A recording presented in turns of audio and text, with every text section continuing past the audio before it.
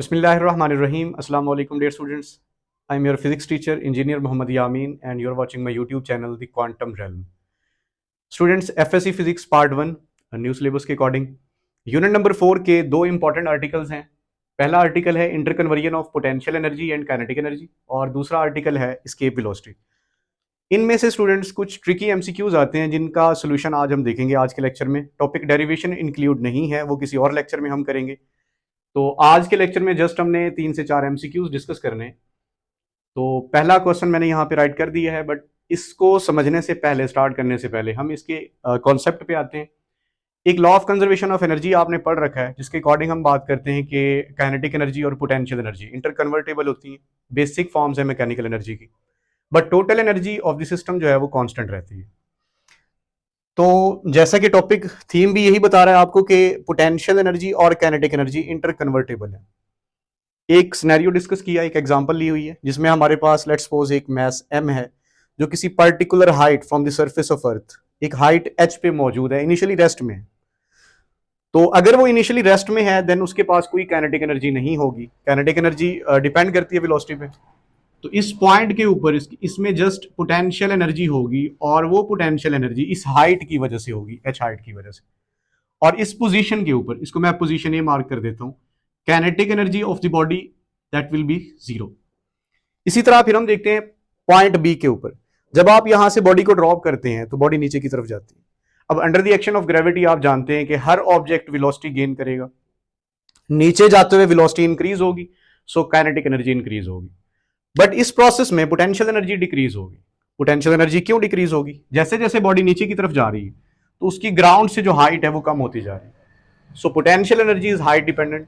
तो potential energy decrease होगी, kinetic energy increase होगी, पोटेंशियल एनर्जी डिक्रीज होगी. टॉप और बॉटम के ऊपर दरमियान में कहीं भी कोई पॉइंट आप लेते हैं तो वहां पे काइनेटिक एनर्जी और पोटेंशियल एनर्जी की वैल्यू आप किस तरह कैलकुलेट करेंगे? तो आज का हमारा थीम यही है. तो डेरिवेशन के बाद हम करते ये हैं कि ए और सी के दरमियान रैंडम कहीं पे भी कोई पॉइंट लेते हैं और वहां पे हमें इनिशियली वेलोसिटी फाइंड आउट करना होती है. तो पॉइंट बी पे अगर हमें वेलोसिटी पता लग जाए देन हम काइनेटिक एनर्जी फाइंड आउट कर सकते हैं. So now at point B the kinetic energy will be equals to mgx and potential energy at point B will be due to this height. Point B से C तक की जो height है उसकी वजह से हमें पोटेंशियल एनर्जी यहां पे मिलेगी. So that is mg into h minus x. जबकि काइनेटिक एनर्जी पॉइंट B पे हमारे पास क्या आई? mgx. ऑल्दो ये टॉपिक डेरिवेशन से आपके पास फॉर्मूले आएंगे.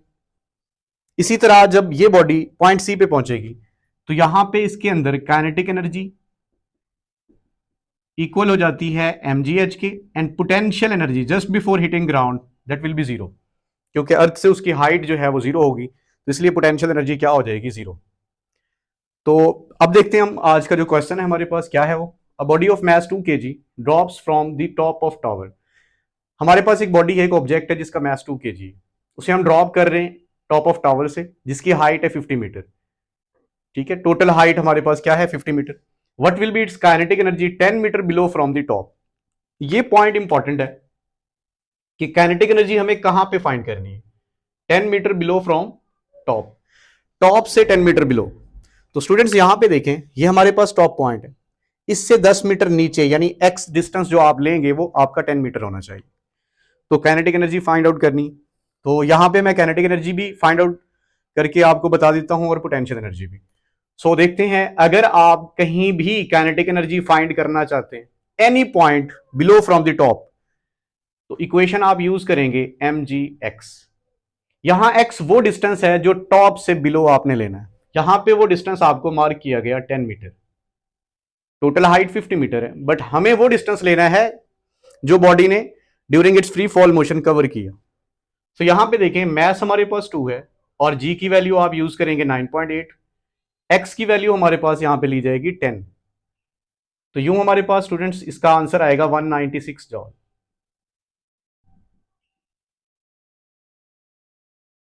इसी तरह अगर मैं आपसे कहता हूं कि पोटेंशियल एनर्जी को कैलकुलेट करें आप, तो पोटेंशियल एनर्जी आपके पास किस तरह फाइंड आउट होगी, तो वो भी देख लें. पोटेंशियल एनर्जी की क्या वैल्यू होगी। इसी सेम क्वेश्चन में अगर आपको वो कह दे कि काइनेटिक एनर्जी की जगह पोटेंशियल एनर्जी फाइंड आउट करें, तो उसके लिए देखें कहीं भी टॉप और बॉटम के दरमियान रैंडमली कहीं पे भी आप पॉइंट लेते हैं, तो फिर पोटेंशियल एनर्जी की इक्वेशन क्या बनती है, mg into H minus x. Students यहां h is the total height, देख सकते हैं आप, टोटल हाइट h है, और x वो डिस्टेंस है जो बॉडी ने फ्री फॉल मोशन में कवर किया। So what is the value of mass, that is 2 kg, value of g is 9.8, h is 50 metre. यहां पे h आपने ये हाइट लेनी है, that will be the total height, height of tower कह लें, और जो जितना नीचे बताना है 10 मीटर, वो वैल्यू x की आप यहां पुट करें। तो यूं हमारे पास ये जो वैल्यू आएगी, इसे आप मल्टीप्लाई करेंगे 19.6 इंटू 40, सो आंसर आप निकाल लेंगे, आई थिंक नियर अबाउट 784 और समथिंग दैट हमारा जो आंसर है वो आएगा पोटेंशियल एनर्जी का।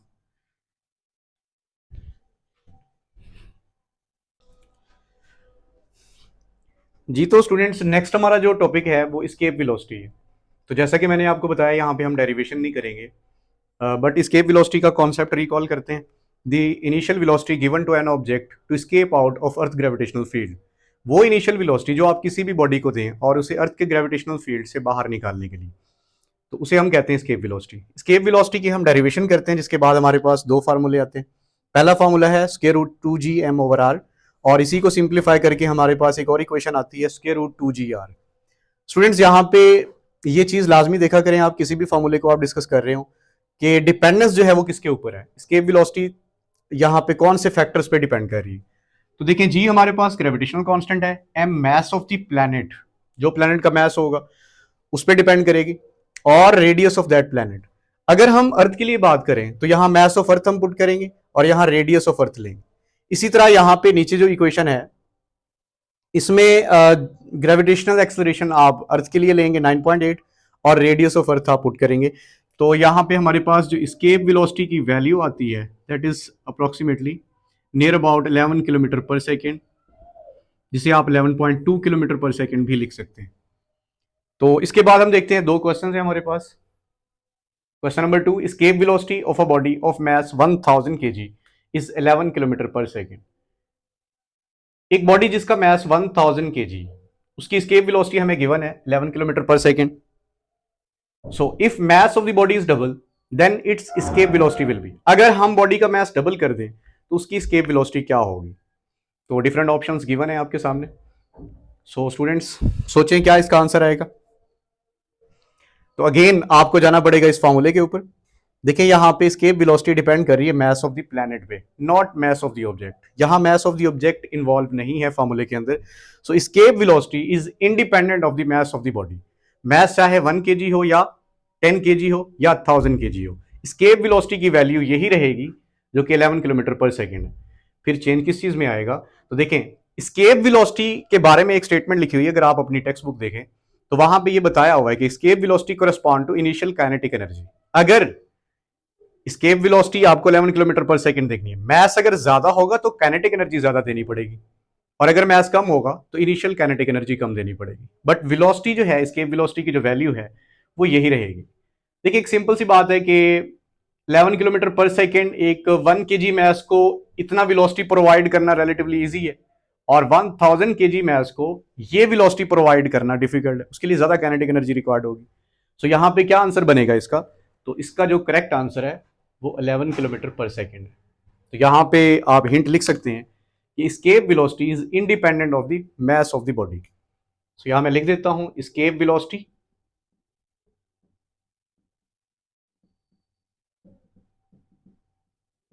Is independent